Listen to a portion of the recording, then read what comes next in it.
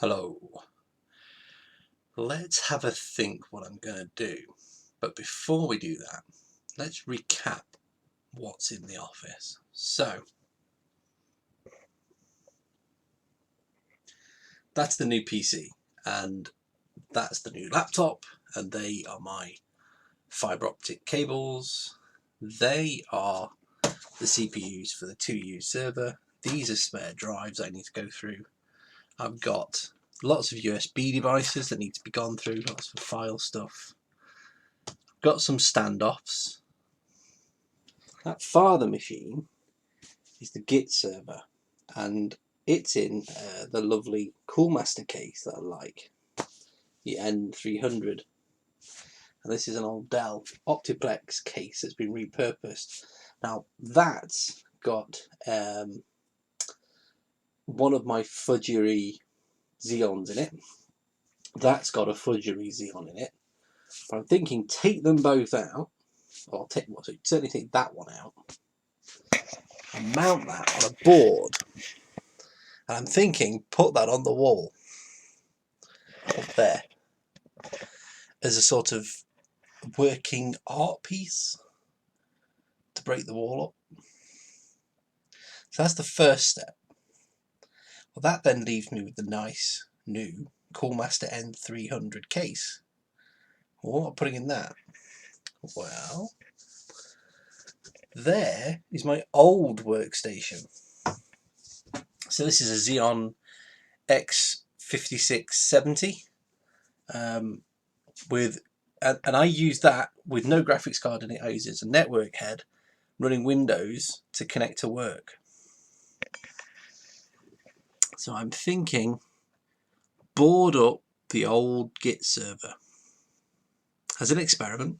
It's old hardware, as long as I keep the drives I should be fine, and I can catalogue what's there, put it to one side and be clear with a new case. I can then put the old PC in that newer case, tidy things up under the desk. Then finally it's the 2U server, upgrade with its CPUs, put one new large disk in it. This is a broken disk that needs replacing, but buy a SAS disk that will go in it and migrate all the data from the wall mounted machine into the server on the floor, and then I can retire the wall mounted machine. It's a plan. Let's see where I go. Right guys, so I've got the server from underneath the machine now. When I say server, it is obviously a desktop machine, but this is a pretty nice case. This is the Coolmaster N300 case. I really like this case, and this is the one that I'm going to get my old workstation into. So it's going to go from the Coolmaster Cosmos 1000 to the Coolmaster N300. Put my teeth in. But we're going to use this camera as well. So this is a HD camera. You may have seen the review for this on my channel already. This is the awesome 1080p camera. And just to show you some of you, I used to have hair and it used to be this thick everywhere on my head, though it doesn't look that thick anymore obviously, but yeah, I miss my hair. I miss having nice lush black hair everywhere. But anyway, so this was a repurposed Xeon. So I went through a whole phase of having different Xeons in the box. So, and all my machines have Napoleonic names. So the current main machine is called Ney. The laptop's called Elba. The old workstation is Napoleon. This server's Wellington, and that server's Blucher. So there you go. Pretty nice front. This needs cleaning obviously. I've got an air cleaner. It's actually a cooling spray, but it works pretty well as an air cleaner as well. I've also got this. If any of you remember this, so we'll use that. As far as I remember, this was a pretty nice G33 motherboard from Intel. Oh, I've just noticed something actually before I It's just a thumb screw I took off. But look, you can see how dusty the lower half is. It sits on carpet. But look how dusty that is. You can tell. Can you see if I get the angle right? Look at how dusty that is. You see the angle? That is, if I now. So clearly the air is going in that way and it's coming out this side vent a lot. There is a top radiator vent there, but I don't use it because it's an air-cooled machine. So there's a vent in there. So we could take air up that way, but I've been taking air in that way and out that way. There's dust on the top as well. There we go. This was the first machine as well that I WD-40 protected. The new machine is not WD-40 protected, but these old machines got a little bit of dust on here. Nothing too bad.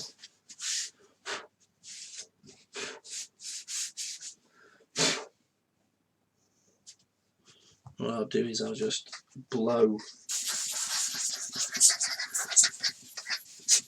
the carpentry. That's my lid. It's not the strongest, but it's not the weakest stuff. Let's have a look inside then. So we've got, yeah, that's dust.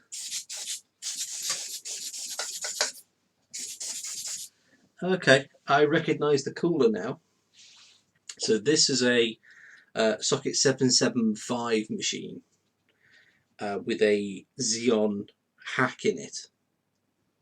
And this is the first cooler I had on my Core 2 Quad Q6600 in about 2003, 4, the brand new, when they were brand new anyway. So it's a very old cooler for me.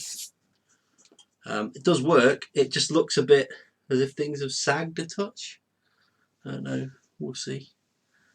So we've got WD Blue 1TB, another WD Blue 1TB. They are in software RAID, and then I've got 3 500GB drives. So I think there's 2 Seagates and 1 Samsung drive, and they are in a ZFS pool together.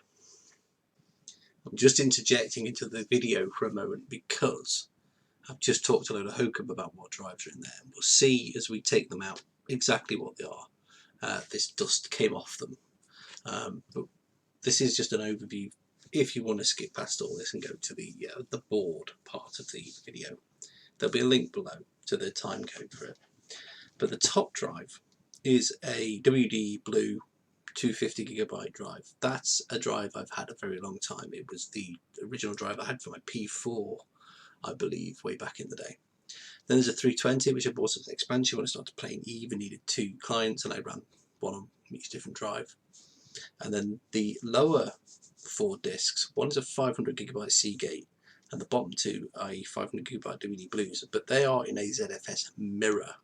So I have to know exactly which drive went where for ease. You'll see me making notes about all this later. And the notes look like this. So this is one of those very drives. This is one of the bottom WD Blues. In fact, this is this one, the very bottom drive, and it connected into port 5 on the motherboard. Now, I don't need that information because I created my ZFS pool by disk ID, so no matter which port I plug them back into, it will pick up the right items. But I do need to know which ports those 2 drives went into because they're just labelled in Linux by SDA and SDC, I think. So that's what they really are. You'll have to just ignore anything I say in the rest of the video. Sorry about that. What I need to do is sort of remember which one is which so I can plug things back together easily. What I'll do is I'll clear the power out, just leave the data cables, then take pictures.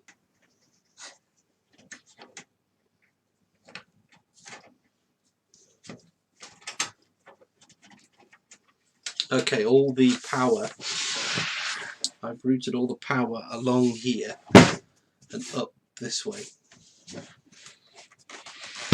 which is why this is relatively clean. Relatively, this is obviously a wide power supply.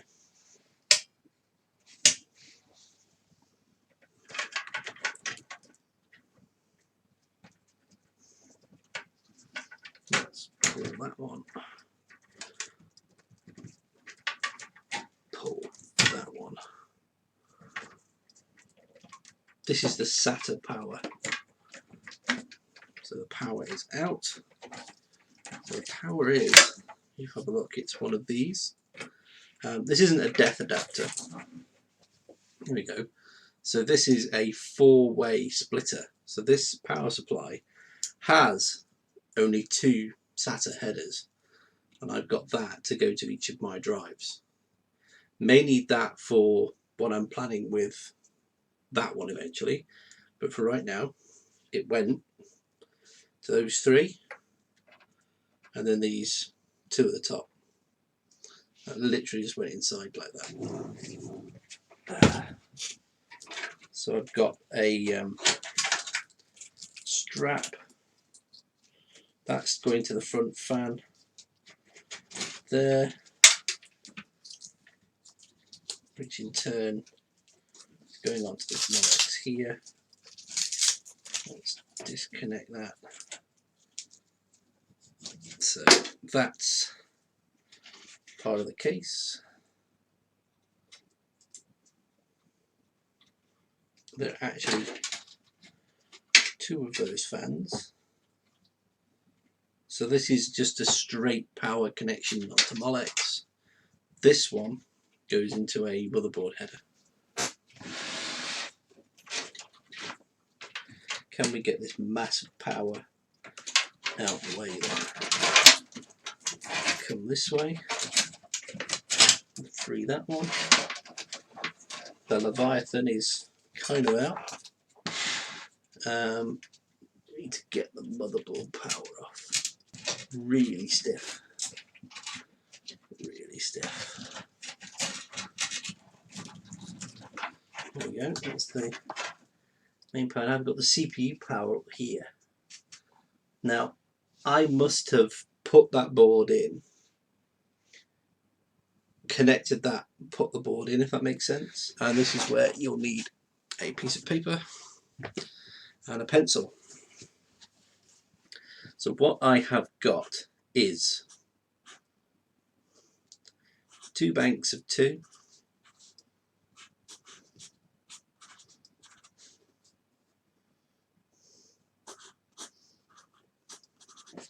The 2 banks of 2 next to each other. You can see them in here. So there's, I can bring you in actually. You can have a look. So we've got a square of 4 here, and then 2 on their own up there. And what we're going to do is map which of these go to which drive. So I'm going to call them 1, 2, 3, 4, 5, and then see which one of these go to. So 0, 1, 2, 3, 4, 5. And there is a spare, I believe. Unless there's a drive I'm not seeing. No, there's a spare. There it is. That goes nowhere. That I think was because I eventually planned to have another drive here, another 500 gig drive, and so I'd have a quadruple redundancy mirror on this instead of just a triple.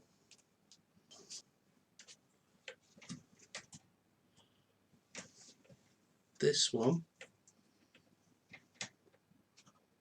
goes to 0. I think they're different sizes. This is what I remember, that these are different sizes. They're both WD blues, but they're different size blues. Okay. So that's those 2. These 3, topmost one goes into number 1. Second one goes into number 5, and the third one goes into number 3. Now, it shouldn't matter where I plug those back in, because the ZFS pool has been created with the disk ID, not with the device name. So, we shall see. These have got to come off and out. And these discs may not go back into this machine in the long term. They'll come out.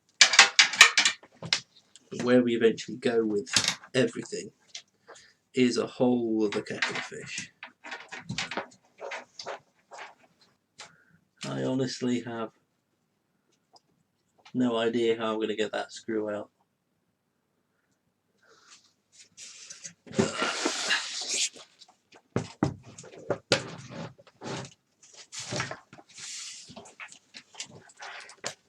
I have no idea how I actually got that screw in.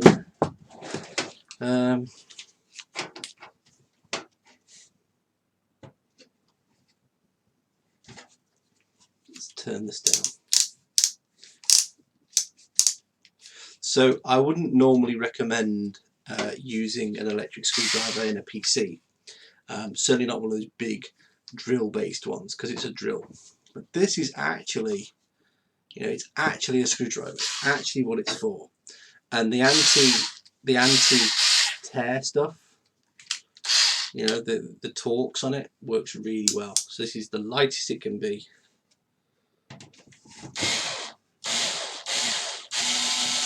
Yeah, and it's took that out brilliantly. I wish I had the magnetic tip. Where my magnetic tip went, everybody.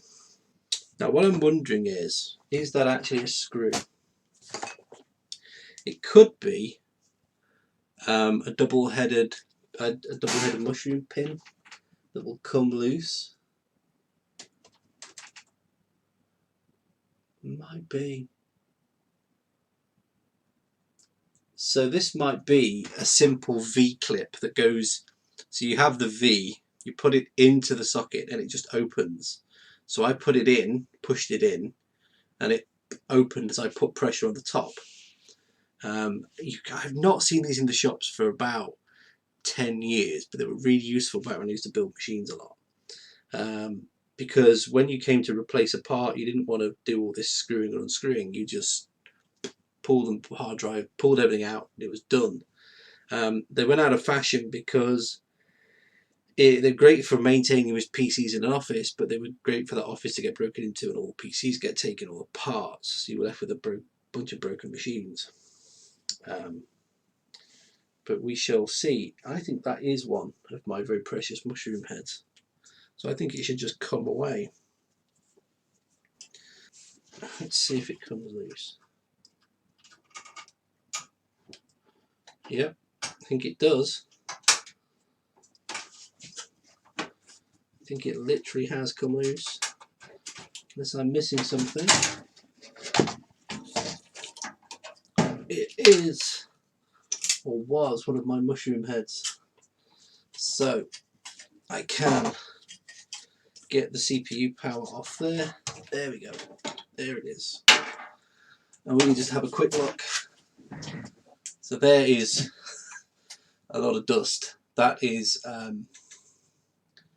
about 2 years of, you know, non-stop use. So this runs, actually it's probably more than that, because this is running Ubuntu 16.04. So I'm going to estimate that I put the machine together at the old house in after April 2016, and we're now April 2020, so 4 years. That's 4 years worth of dust. But there's this going on. Have you seen this? Watch, look. It's moving. The cooler is moving. It's not down. Ah, the central pin. Look, there's a central pin. There. See the hole in the silver plate? Just there. That hole should be through that pin. It's not. I'm going to guess that's happened when we moved. Anyway, the RAM, I believe, are 4 gig sticks, but I don't know for certain. So 16 gigs of RAM. It's a 4-core server, and it's been absolutely fine for me for years.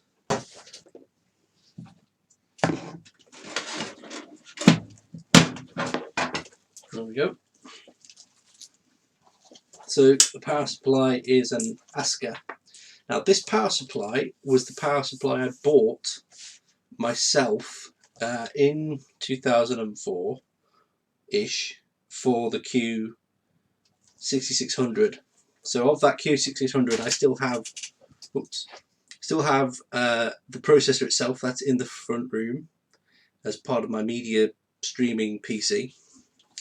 I still have the cooler and I still have the power supply, but the case was a Samurai case. It's gone. It was an awful Samurai case. I didn't like the case at all. I kind of thought it was cool, but it aged so badly. I prefer this now. Definitely prefer the Obsidian, Corsair Obsidian. But the hard drive died. The motherboard died. In fact, the motherboard died in a very strange way. It had one of the DIMM slots go bad, so you could only register 3 of the 4 gigabytes that were in it at the time. But when I put that machine together, it was the dog's danglies. It was built to play Battlefield 1942. Then it played World of Warcraft for years. It played EVE Online, multiple clients of EVE Online at the same time. That's the first graphical revision of EVE Online. So yeah, good times with that machine. It was the first machine I had that went on the internet full time. I think it was the machine that my brother met his wife on the internet. So he often forgets that. He likes to remind me that he introduced me to my wife. Well, I introduced you to yours too. Anyway, on the top. Okay, so this is a 256 gigabyte WD Blue. It's not a 500 like I thought it was. I knew it was different, which means the next one is the 320. 0, 1, 2, 3, 4, 5. This is a WD 320. I'm not being dirty, just wiping it on me. This top's going in the wash, and it saves it going all over the carpet, all over everywhere else. And let's face it, most of it is probably bits of me. Bit of a fan of Western Digital, quite like them. Have had one Western Digital drive go bad in my entire computing life, and they replaced it really, really well. It was a 1 terabyte drive, arrived broke, put it in, and it was just showing the cache size, just the cache DRAM size. You could read and write to that cache DRAM size, and then obviously you turn the machine off, put the machine back on, and it would be blank because it lost the power, lost the memory. So yeah, really like WDs. Let me put that on there. There we go, the second WD Blue. So 2 megabyte cache. So this is SE3 to 3, 1, 2, 3, 4, 5.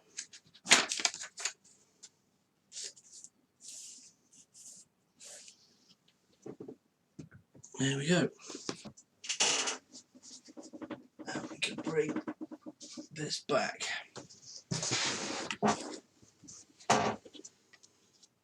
So this is the board it's going to end up on. And what I'm thinking is CPU, motherboard there. And I'm thinking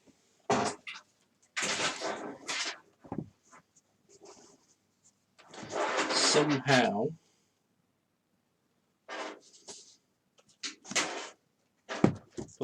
put that there. I'm thinking, what am I thinking? I'm It would be better if this was this way, wouldn't it? And then by association it would be better if that was that way.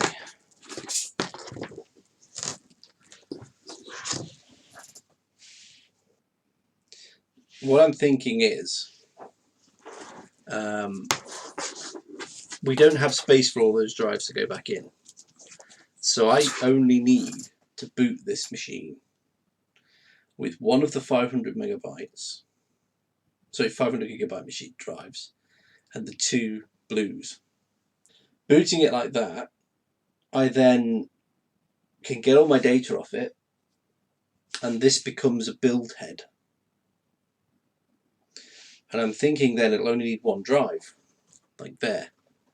And I could put 1 drive on top of the power supply. So this would be mounted this way up. So this becomes a shelf, a natural shelf. And so I have, so I don't need that power at all. I do need that one. That one needs to go all the way over there, unfortunately. I don't think it would go under the board, come out and plug in, but we could see if I do that. It would have to be, the motherboard would have to be significantly closer to achieve that. So we're talking, that's the maximum position it could be, ish. So this does this then leave space for a hard drive here. Just. So that's what I'm thinking. So there'd just be a board cut there. This is then spare board. I'm thinking about it. May even be a case that we mount it on the board, mount that on its own board. We've got plenty of standoffs of different heights. We can use different height standoffs. So we've got that and that, which we could cable manage. So the other way would be to drill a hole to dive the power through the board and have it pop up and in. So there's a slot here. Let's just think about mounting this. Let's take this off to make it a little bit less unwieldy. And we have some cleaning spirits.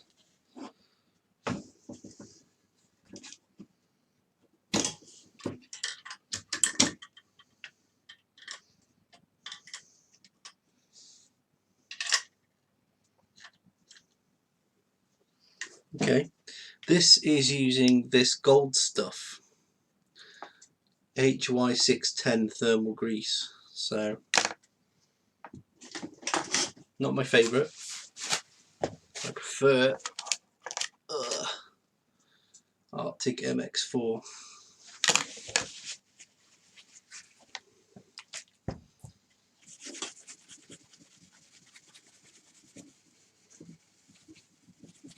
And we have a Xeon E5420 for those playing along at home.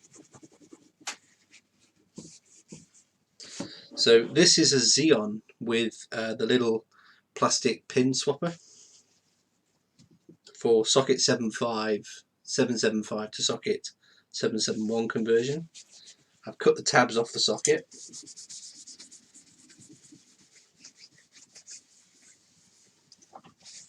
And it does its thing.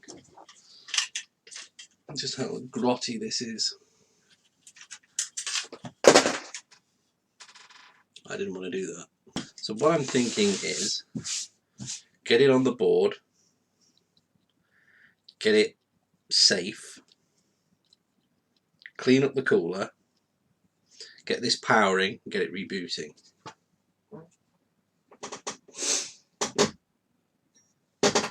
And I'm thinking the I/O ports need to be as close to the edge as possible. And I'm going to give the top just an inch of grace. Now, unfortunately, as far as I'm aware, that's stuck on. Is this stuck on? Or does it come off? Oh, no, this one comes off. These used to be stuck on. So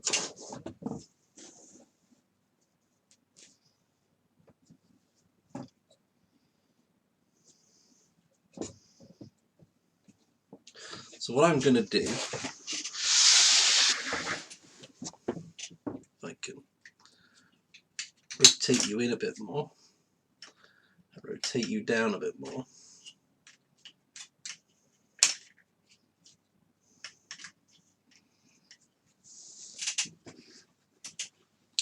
So what I'm trying to do is give a couple of mil that side, but keep this side of the PCB flush so that the board, the IO ports, hang off the back like that. So that's what I'm going for. And when I do this, I need to mark all of these in one go.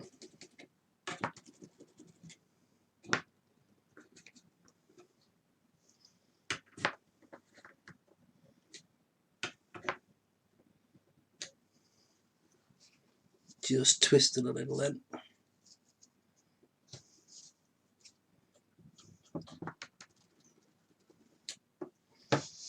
So we go 1, 2, 3, 4, 5, 6, 7, 8. Okay. I can put that over there.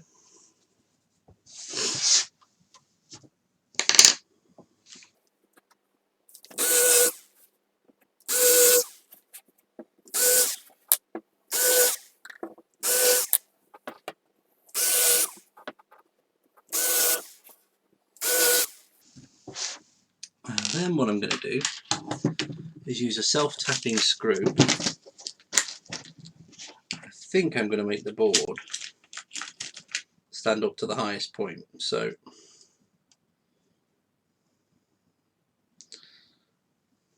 there's one of the standoffs.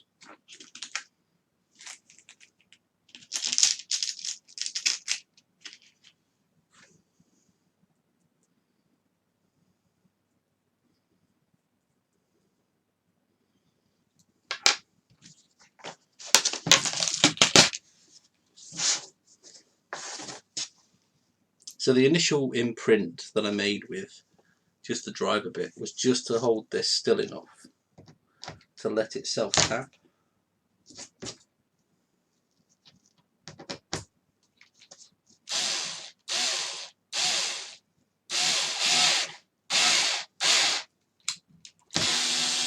That's it.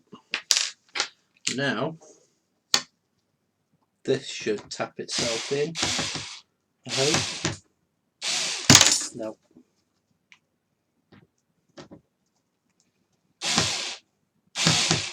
No. Oh, hang on. No, it is going in. Just not deep enough.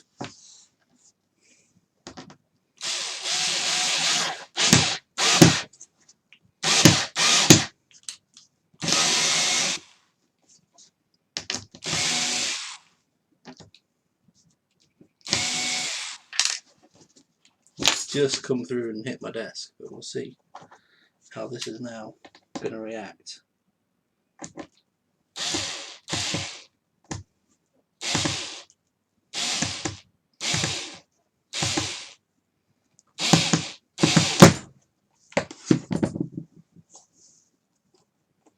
No. It's kind of there, but it's kind of not.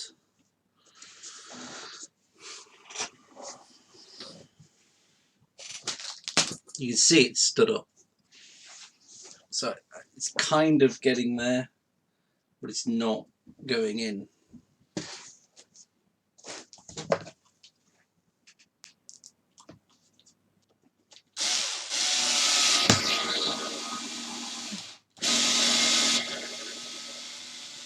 Failing this, I could get the drill.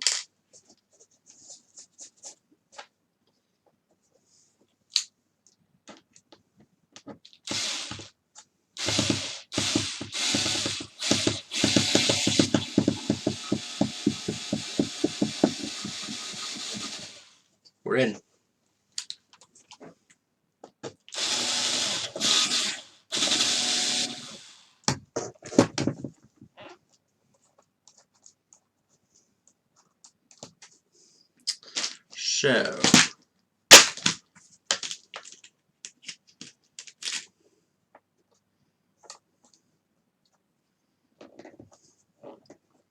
all the way through with the screw and then back. So I will do this drill through each one with the screw and go from there.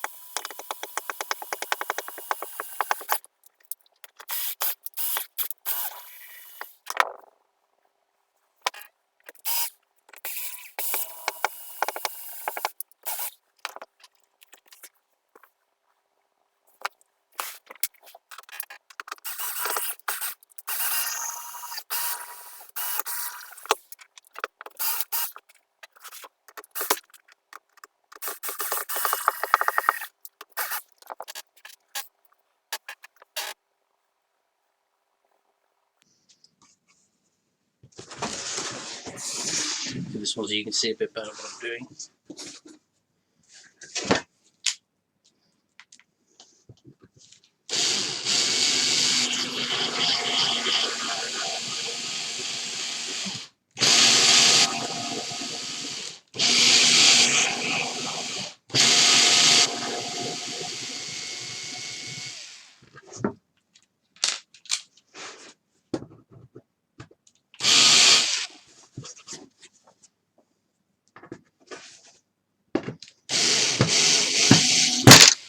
Dope.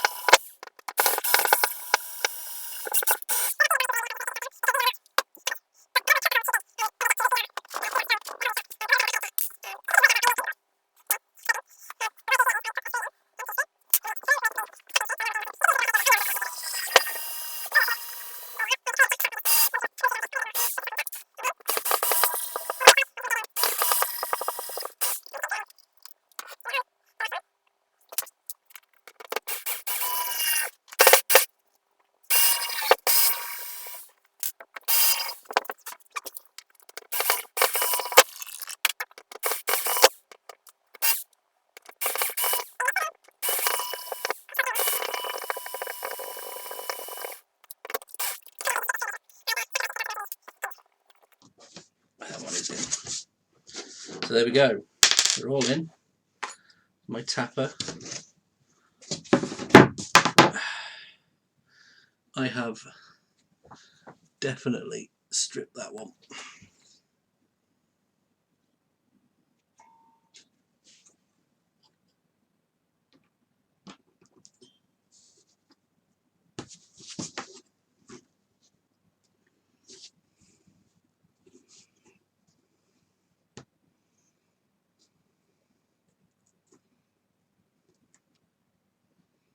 We're kind of there except for this one.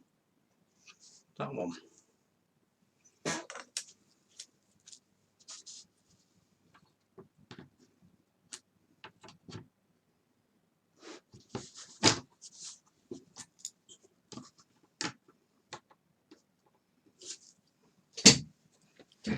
What I'll do is I will fix screws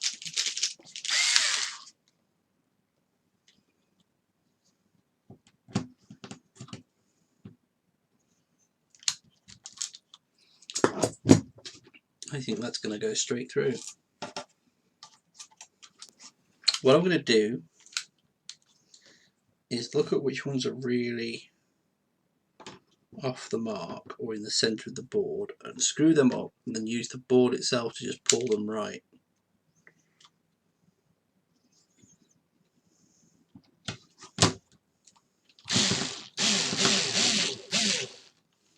So I've left it with a little bit of play.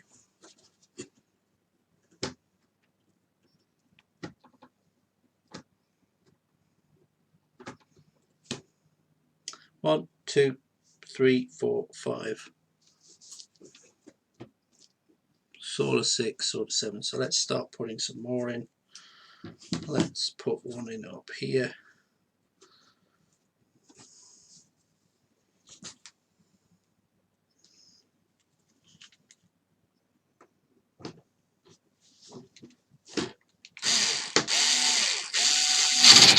There we go.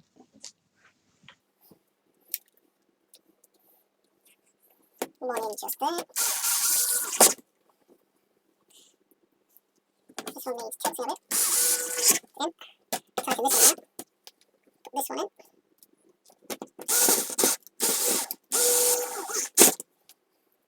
Put this one straight in.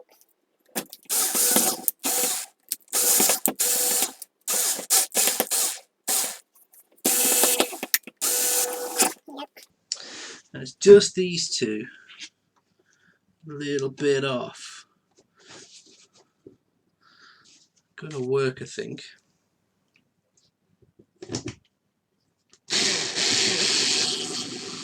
It's that one in.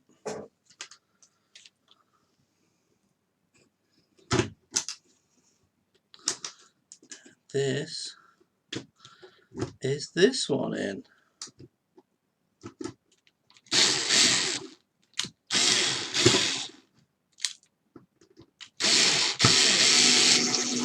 There we go.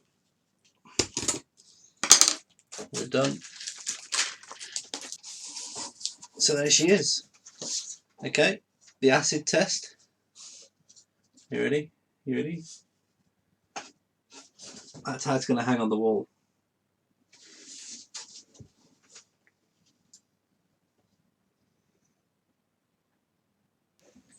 So the power supply will go there. How is a question for another day. If you've liked this little ad hoc video that I've been doing, let me know. Hit a like, hit subscribe, it really lets me know what's going off. I've hit 500 subscribers, so thank you guys. If you want to see more of this build, get back to me. I'm thinking bit of cutting, bit of wood glue, lots of clamps, let it all go dry, and I'll end up with a drive here for boot, and I'll do something here with the other two. I might use just 3M command strips to hold them to this board temporarily, because once I've got the data off it, the drives can go away. That's why I've not cut the board yet, because this will change, and I will probably have to take this off as well when I spray the board, obviously. I've just gotten to the end of editing, and I've forgotten something. First of all, do like and subscribe to I Know What's Going Off, guys. The links are below, timelines below, links back to old posts about these screwdriver, the case, the build, the server are all included in the description. Hope you've liked this. But do you remember that air duster, the coolant spray? Why have I edited it all out? Well, headphone users beware, this is why. You have been warned. Let's do this.